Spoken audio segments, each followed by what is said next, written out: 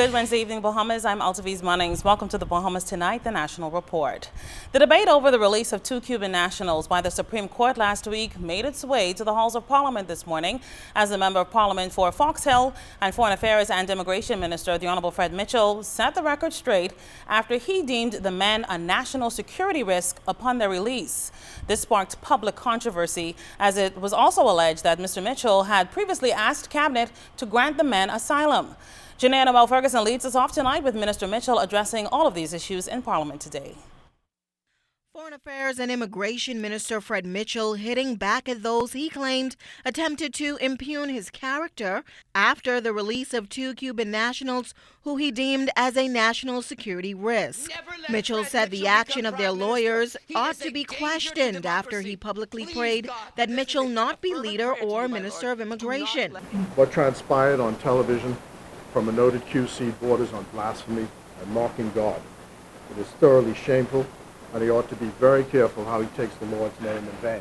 He also hit out at the chairman of the Free National Movement, Michael Pintard, who questioned his statements, and the editor of the Nassau Guardian for comments on his call for an investigation into the release of the Cubans.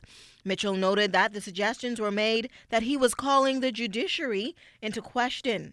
Carefully look at the statement and read the statement. I'm not talking at all about the courts. Nothing to do with the courts. Nothing to do with the courts.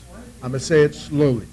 Nothing to do with the courts. Now, House Speaker Dr. Kendall Major cautioned Mitchell not to make his comments personal. Speak to the facts, but not personal attacks. It is my responsibility in response to any matter which is made by public policy, and particularly when people attack my integrity, to use the highest forum to respond to that and to say to the Bahamian public in clear terms, that these individuals who are making these charges ought to be challenged at their essences, because it is a contempt of Parliament what they have done. Now, Mitchell also questioned how it was reported in Cabinet that a request was made for the Cubans to be granted asylum, a concern also raised by the Fort Charlotte MP. After all, it was the Attorney General's office that did not see fit to object to their release. Very well. Thank you, Honourable Member. Thank you, Honourable Member. What appeared in the press on Monday, I believe, last, were documents which, in my view, could only have been stolen out of the Cabinet.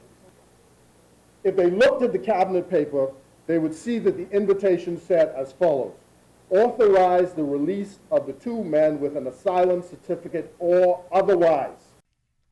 His comments prompted a response from Prime Minister Perry Christie, who sought to clarify the issue.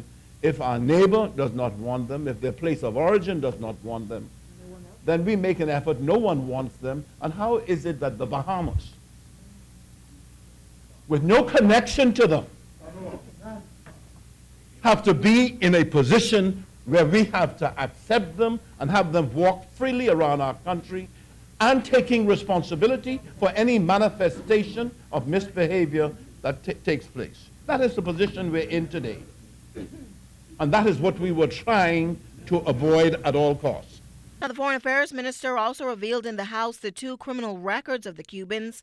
Lazario Marin was committed to the detention center in March 2013. Because of his time spent in the Cuban military, he was considered a flight risk and, despite numerous attempts, was not accepted by the U.S. or Cuban government.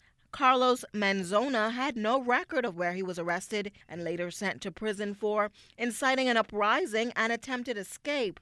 It was reported that both men were also suspected of starting a fire at the detention center. Janae Ferguson, ZNS Network News.